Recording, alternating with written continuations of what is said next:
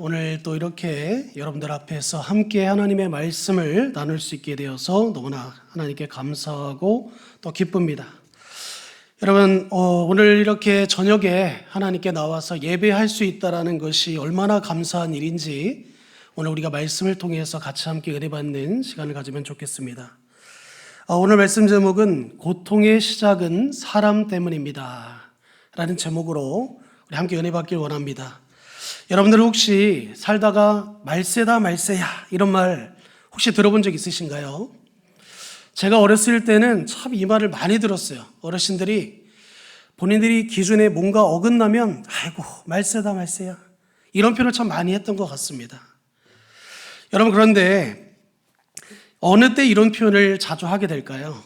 예를 들어서 뉴스를 통해서 접하게 되는 사람의 생각으로 이성으로 생각할 수 없는 그런 일들이 벌어질 때 우리는 주로 말세다 이런 표현을 주로 사용합니다. 상식을 벗어나는 사건들, 사람으로서 도저히 할 수 없는 행동을 할 때 세상이 정말 이상해지고 있구나 라고 생각할 때 우리는 말세다라는 표현을 합니다.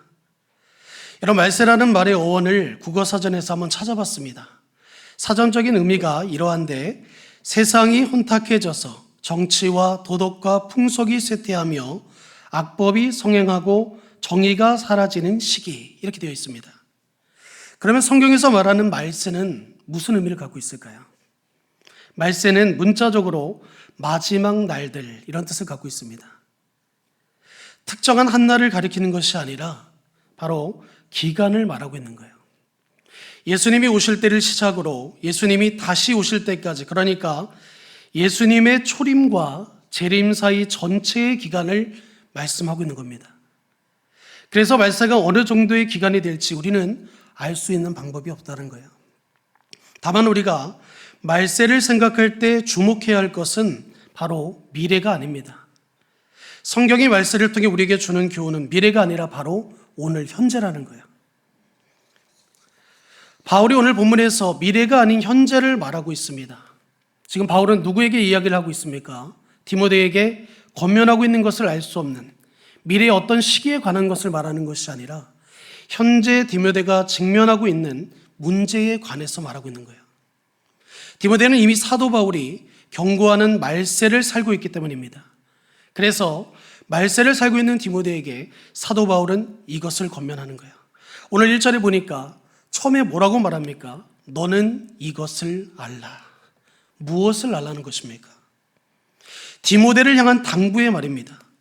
계속해서 알고 있어야 된다는 말이에요.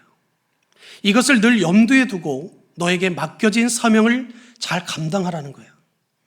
그러면 디모데가 알아야 할 것은 무엇이겠습니까? 잠깐 알고 끝나는 것이 아니라 그가 살아감에 있어서 지금 이 자리에 있으면서 계속해서 잊지 말고 기억해야 할 것. 단지 디모데뿐만 아니라 주님을 따르는 모든 자들이 알고 있어야 하는 것. 주님이 맡겨주신 사명을 잘 감당하기 위해 바로 우리가 알아야 할 것은 바로 이것입니다. 1절 전체를 보면 너는 이것을 알라. 그 다음에 뒤에 뭐라고 말합니까? 말세에 고통하는 때가 이르러. 이 시대를 살아가는 우리들이 알아야 할 것은 바로 말세가 고통하는 때라는 이 표현이에요. 여기 고통으로 번역된 단어는 견디기 어려운, 다루기 어려운, 몹시 위험한 이런 의미를 갖고 있습니다. 사나운 야생동물이나 거칠게 요동하는 바다를 묘사할 때 원어적으로 볼 때 이 단어를 사용했어요. 신약 성경에서 단 한 번 이 발음이 또 나옵니다. 그게 바로 마태복음 28장에 보면 가다라에 귀신 들린 사람, 거라사의 광인에 대해서 말할 때 그 당시 귀신 들린 사람은 야생동물처럼 사납고 난폭해서 쇠설로도 제어할 수 없었고 아무도 그 길을 편히 지날 수 없었다고 성경 기록합니다. 마태는 그때를 묘사할 때 바로 이 단어를 사용했어요. 그래서 오늘 본문을 통해 우리가 알 수 있고 알아야 할 것은 무엇입니까? 말세가 고통하는 때라는 거예요. 고통스럽고 위험한 시기, 견디기 어렵고 대처하기 힘든 시기가 바로 말세에 고통하는 때라는 의미예요. 우리가 살고 있는 이 시대가 그러합니다. 잠깐의 고통스러운 때가 있다가 괜찮아지는 것이 아니라 계속해서 고통스러운 때가 지속되고 있다는 거예요. 그리고 더 나빠질 것입니다. 이것을 내리는 비로 비유하면 우리가 지금 맞고 있는 비는 잠깐 쏟아지다 그치는 그런 소나기의 개념이 아니에요. 언제 그칠지 모르는 상황에서 하염없이 계속 내리는 마치 장마와 같은 비인 것입니다. 잠깐 비를 피할 곳을 찾아 그치기를 기다리는 것이 아니라 계속 내리는 비로 인해 무너지지 않도록 우리는 철저하게 그것을 대처해야 된다는 거예요. 물론 교회 역사를 보면 훨씬 더 박해가 심했고 고통스러운 때가 더 많았습니다. 그때와 비교해 보면 지금은 나름대로 괜찮은 때가 아닌가 이런 생각도 들기도 합니다. 진짜 고통하는 때는 그때이고 지금은 괜찮은 때가 아닌가 이런 생각이 들 수 있어요. 만약에 고통하는 때를 육체적인 핍박에만 초점을 맞춘다면 그 말이 맞을 것입니다. 하지만 말세가 우리에게 있어서 고통이 되는 것은 핍박 때문만은 아니라는 거예요. 그러면 왜 말세가 고통하는 때일까요? 시간이 갈수록 더 어려워지는 것은 왜 그럴까요? 이 질문에 대한 대답을 이어지는 단락에서 확인할 수 있습니다. 바울은 본문 2절에서 5절까지 왜 말세가 고통하는 때인지를 그 이유를 정확하게 우리에게 이야기해 주고 있어요. 먼저 2절을 보면 우리 성경에는 생략되어 있지만 원문에는 그 앞에 무슨 말이 듣냐면 왜냐하면이라는 표현이 나와요. 왜냐하면이라는 이 말로 시작합니다. 1절에 대한 이유를 설명하고 있다는 거예요. 그럼 2절과 5절까지의 단락에서 말씀하는 그 이유는 무엇일까요?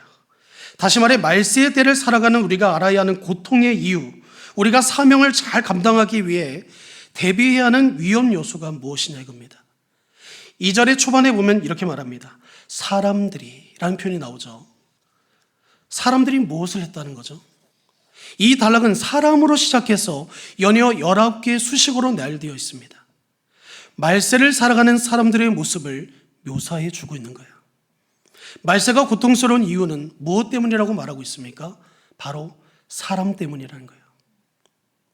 진리를 떠난 사람들 때문에, 타락한 사람들, 악한 사람들, 죄의 본성을 따라 살아가는 사람들, 자기 중심적이고 이기적인 사람들, 불경건한 사람들, 하나님과 진리에 대해서 적대적인 사람들, 교회 안에 거짓을 퍼뜨리고 진리를 왜곡하는 사람들 때문에 이 고통의 때가 시작된다는 거예요.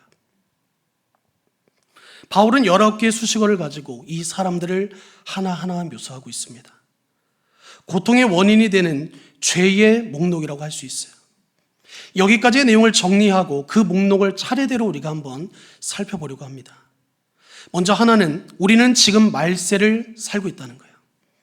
둘, 우리는 살고 있는 말세는 고통하는 때라는 겁니다. 사도 바울은 지금 그것을 말해주고 있는 거예요.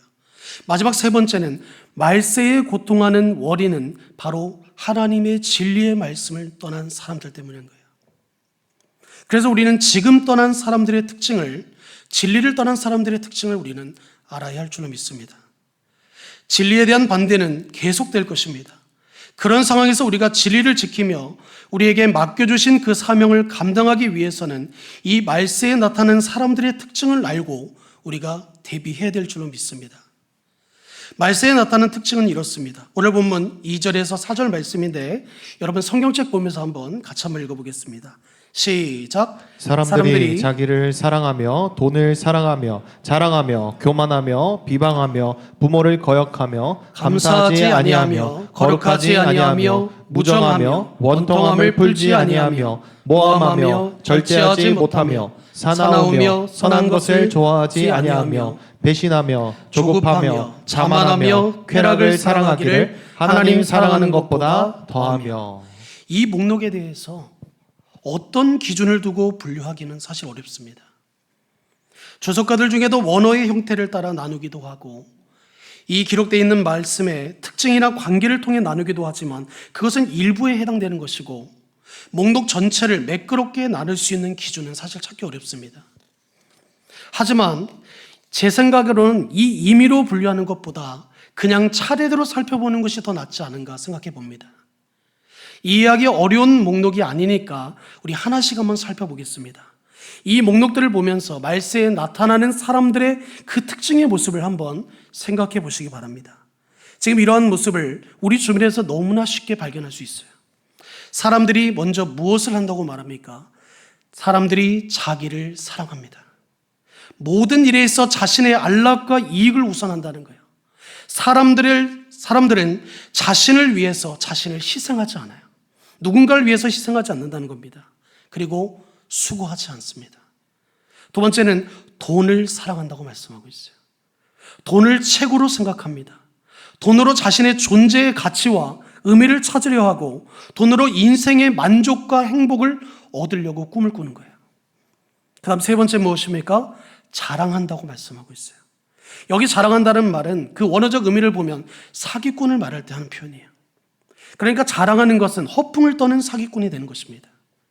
그 다음에 교만하다고 말씀하고 있어요. 자신이 다른 사람보다 더 높이 있는 거예요. 그래서 쉽게 다른 사람을 무시합니다. 교만은 성경에서 뭐라고 말합니까? 멸망하는 사람들의 특징이다.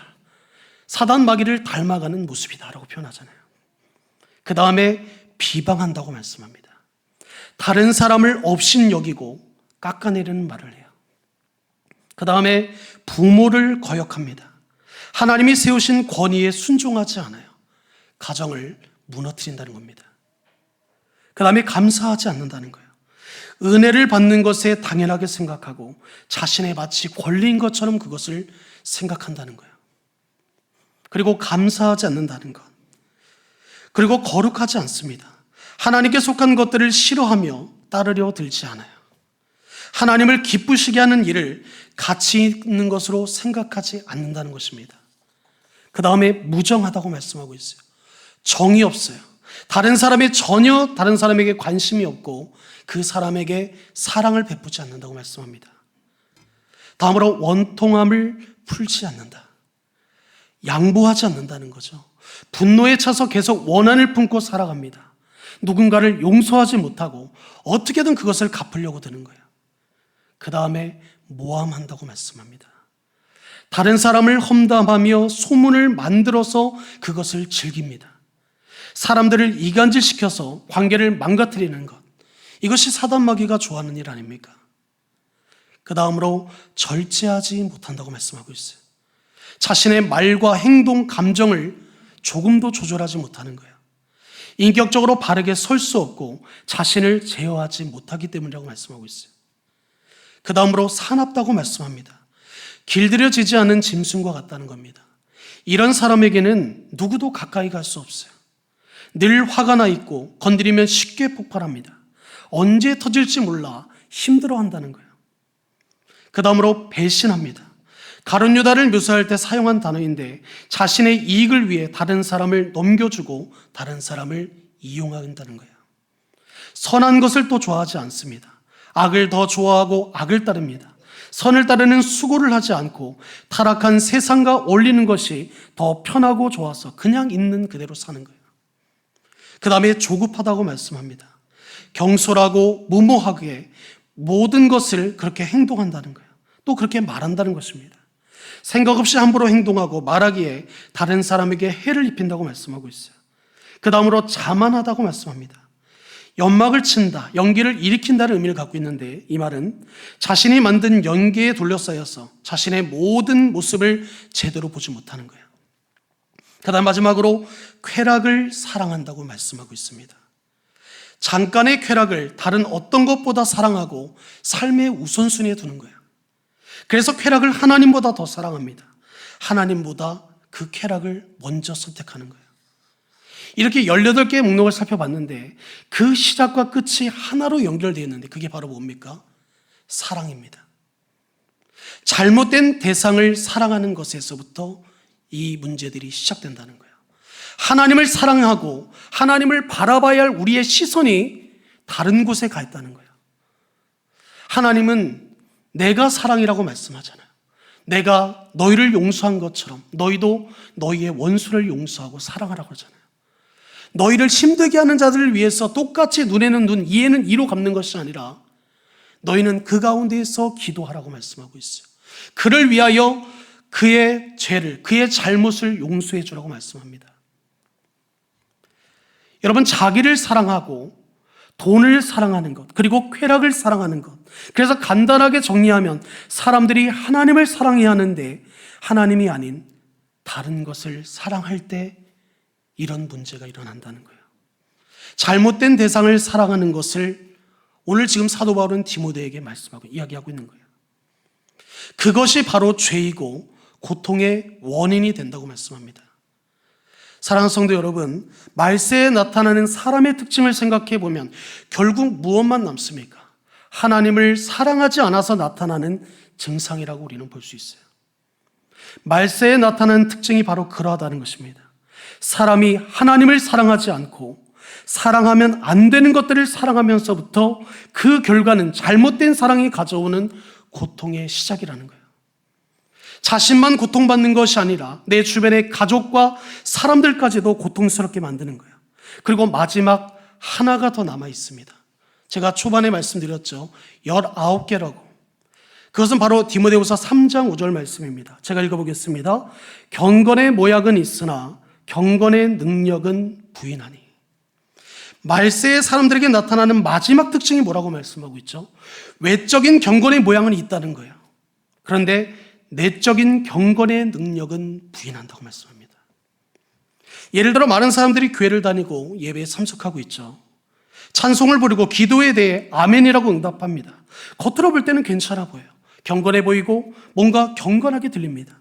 하지만 실상은 그게 아니라는 거예요.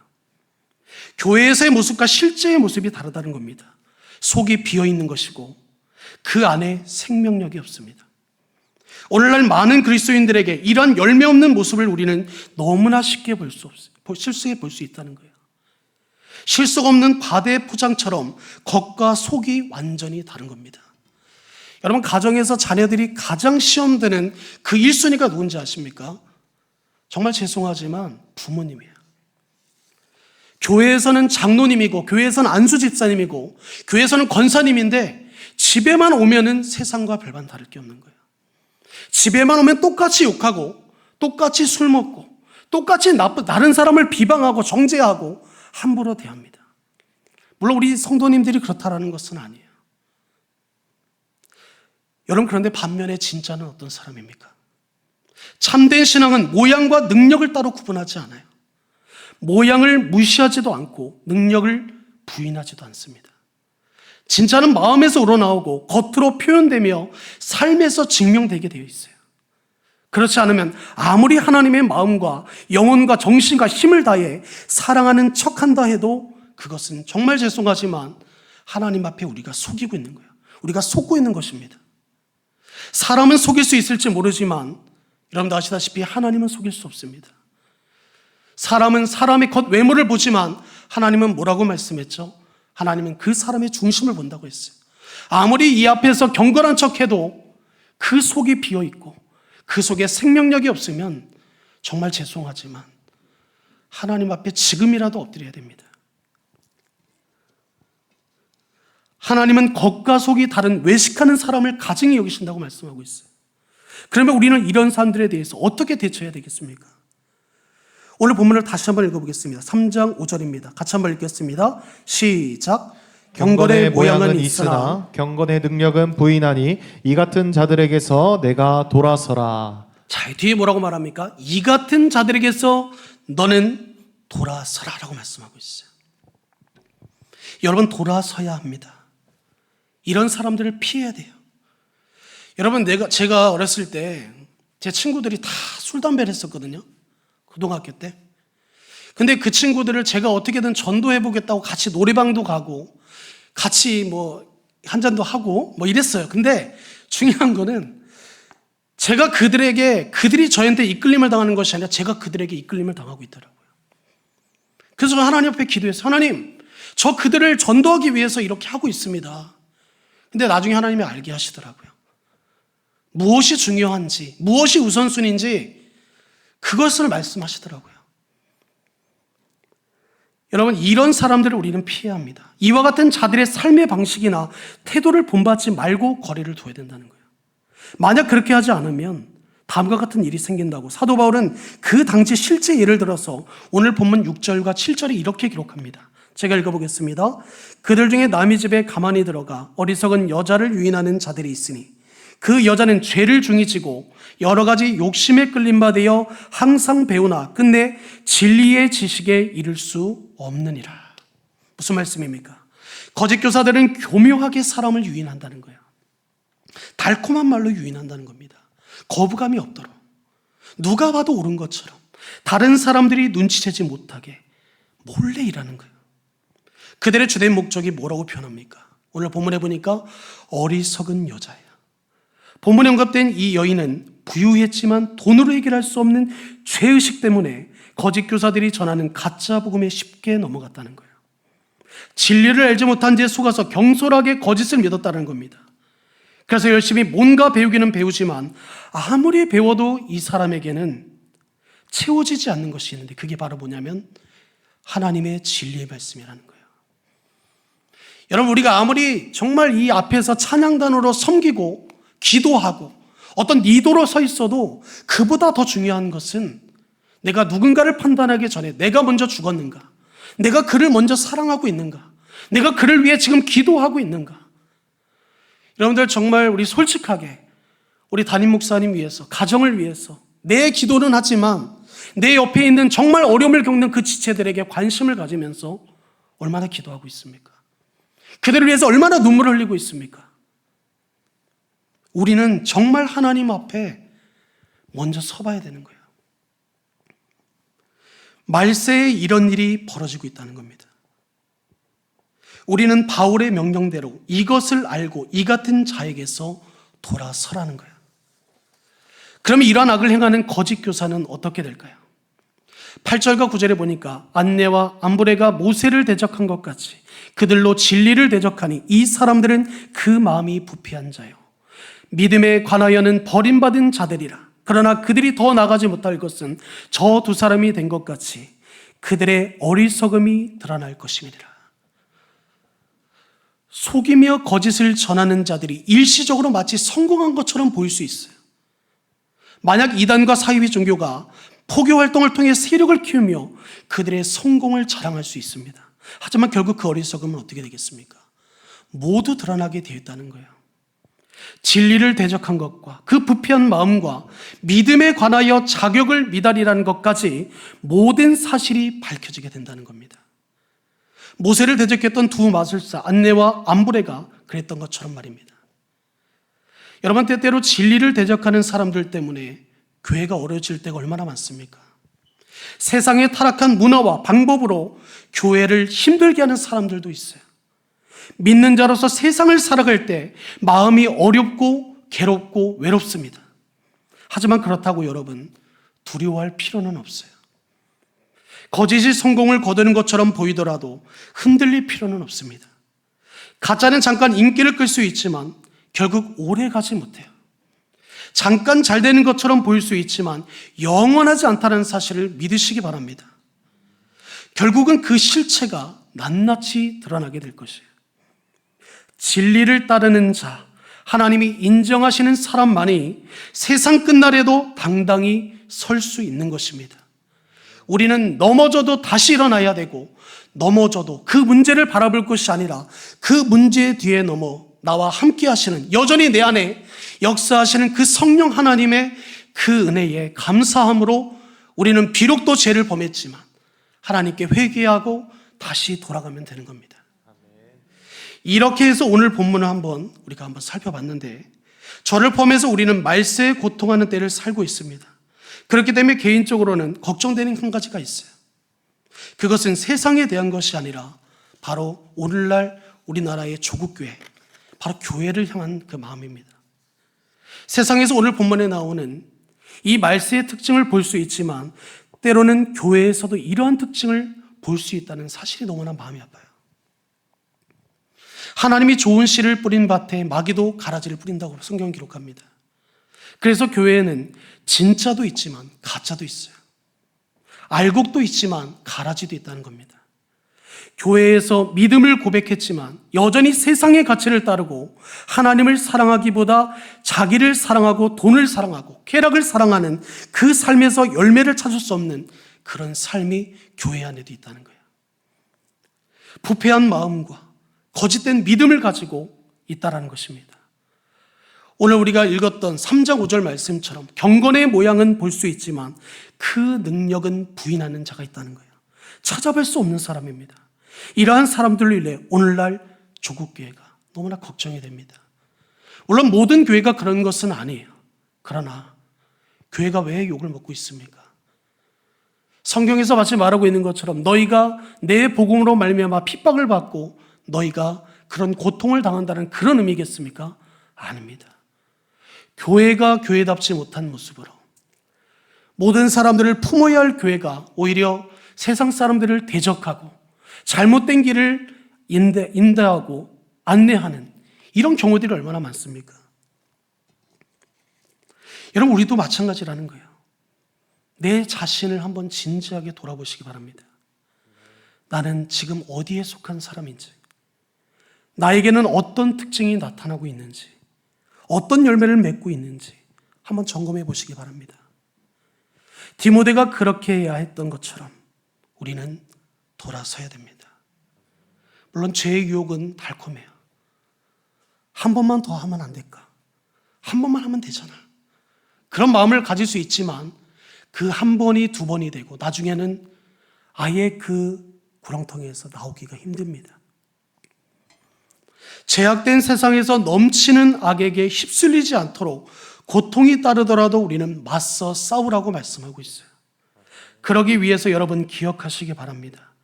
이 문제를 해결하는 것은 나의 노력과 나의 어떤 경험과 나의 어떠함이 있는 것이 아니라 오직 복음뿐이라는 거예요. 하나님의 복음이 모든 문제의 근원적으로 그것을 해결해 나가신다는 겁니다. 복음이 사람을 새롭게 하는 거예요. 잘못된 대상을 사랑하던 자를 돌이켜 하나님을 사랑하도록 합니다. 거짓된 우상에 사로잡혀 있던 어리석은 인생을 이 복음이 구원한다는 거예요.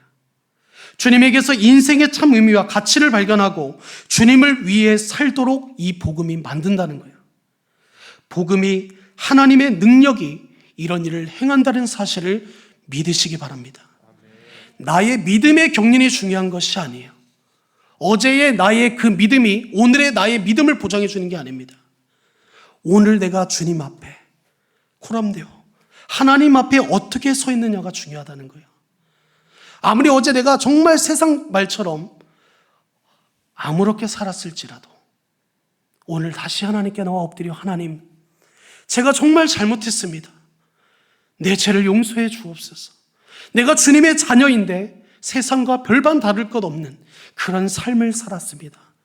그러나 하나님, 오늘도 주님이 나의 생명을 보존케 하신 것은 내게 또 기회를 주셔서 회개하게 하시고 돌아오게 하시고 그 죄를 묻지 아니하시는 그 하나님의 한량없는 놀라운 사랑, 그 은혜가 있음을, 그 은혜가 있기에 오늘 내가 여기에 있는 줄 믿습니다. 그리고 우리는 또 나가는 거예요.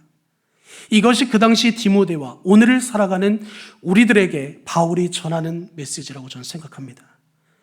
여러분, 이것을 아셔야 돼요. 말세는 고통하는 데입니다. 하지만 고통을 피하지 마시기 바랍니다. 여러분, 고통을 피하게 되면 고통 대신 우리에게 무엇이 찾아오는지 아십니까? 그 고통을 피하기 위해서 죄가 찾아와요. 죄를 만나게 될 것입니다. 고통을 만나더라도 두려워하지 말고 죄를 차라리 피하시기 바랍니다. 주님이 가신 길을 죄를 피하고 고통을 만나는 길이었어요. 주님이 걸어가신 길은 바로 이 길이었습니다. 주님조차도 십자가의 길을 걷고 싶지 않았을 거 아니에요. 주님, 아버지여, 이 잔을 내게서 떠나게 해달라고 그러잖아요. 할 수만 있다면. 그러나 결국에 예수님 뭐라고 말합니까? 내 뜻대로 하지 마옵시고 아버지의 뜻대로 되길 내가 원하나이다. 여러분, 우리는 말씀을 잘 알고 있어요. 우리는 어떻게 살아야 되는지 압니다. 그런데 하나 둘 타협하기 시작하다 보니까 어느 순간에는 죄가 죄로 나에게 더 이상 여겨지지 않아요. 그 죄가 나에게 아무것도 아닌 것 같습니다. 그러면서 우리는 뭐라고 표현합니까? 목사님, 이거 선의의 거짓말이에요. 목사님, 하나님이 뭐 쪼잔하게 이 정도 죄 갖고 그거 가지고 뭐 물으시겠어요? 여러분, 죄는 크고 작고의 문제가 아니라 죄라는 것 자체가 문제인 것입니다. 오늘 말씀을 마치면서 요새 정말 많이 나오는 이런 어떤 색깔의 좀비가 나오는 영화, 좀비가 나오는 드라마가 참 많더라고요. 이런 영화나 드라마를 한번 생각해 보려고 합니다. 좀비가 나오는 영화에서 사람들이 어떻게 하죠? 좀비가 되지 않으려고 도망가며 살기 위해 애를 씁니다. 그런 사람들의 모습을 보면서 문득 개인적으로 이런 생각을 해봤어요. 험악한 세상에서 저렇게 사는 것이 너무나 힘들고 고통스러운데 그냥 좀비가 되는 게 더 편한 거 아닌가? 고통당할 필요 없고 걱정할 필요 없이 고생할 필요 없이 그냥 좀비처럼 사는 것이 더 좋은 것 아닌가? 이 질문에 대해서 여러분들은 어떻게 생각하십니까? 오늘 말씀을 적용하면 우리가 말세의 진리를 떠난 사람들처럼 고통을 피하고 편하게 살면 안 되겠습니까? 사람이기를 포기하고 생명이 없는 마치 좀비처럼 사는 게 더 좋은 거 아니겠습니까? 그런데 여러분, 그렇지 않다는 거예요. 생명을 가진 자는 그렇게 살 수 없어요. 우리는 세상에서 생명이 없는 자처럼 멸망으로 달려가는 자처럼 더러운 것을 쫓아서 세상에 썩어질 것을 사랑하며 살아서는 안 된다는 겁니다. 그러니 우리가 어떤 사람인지를 잊지 마시기 바랍니다. 하나님은 여러분들을 그렇게 세우지 않았어요. 하나님은 여러분들을 그렇게 해서 이 자리에 부르신 게 아닙니다. 오죽하면 하나밖에 없는 독생자 예수를 십자가에 못 박기까지 여러분들을 그 핏값으로 사신 거 아닙니까? 이 세상 창조한 그 어느 것보다 그 한 영혼이 귀하여서 천하보다 귀하여서 오늘 우리가 이 자리에 나온 것이에요. 우리의 어떠한 우리의 힘과 우리의 의지로 나온 것이 아니에요. 하나님이 우리에게 주신 선물입니다. 영원한 영생, 하나님의 은혜, 하나님의 사랑, 내가 선택한 것이 아니라 하나님이 나를 먼저 선택하신 거예요. 나는 어떻게든 하나님을 피하려고 했는데 하나님은 어떻게 해서든 내가 어느 곳에 숨어 있든지 하나님은 끝까지 나를 찾아서 추적해서 나를 하나님의 품으로 안으시는 그 하나님의 사랑이 오늘 저와 여러분들 안에 함께 있기를 주님의 이름으로 축복합니다. 우리를 살리기 위해 생명을 내어주신 그 주님을 잊지 마시기를 주님의 이름으로 축복합니다.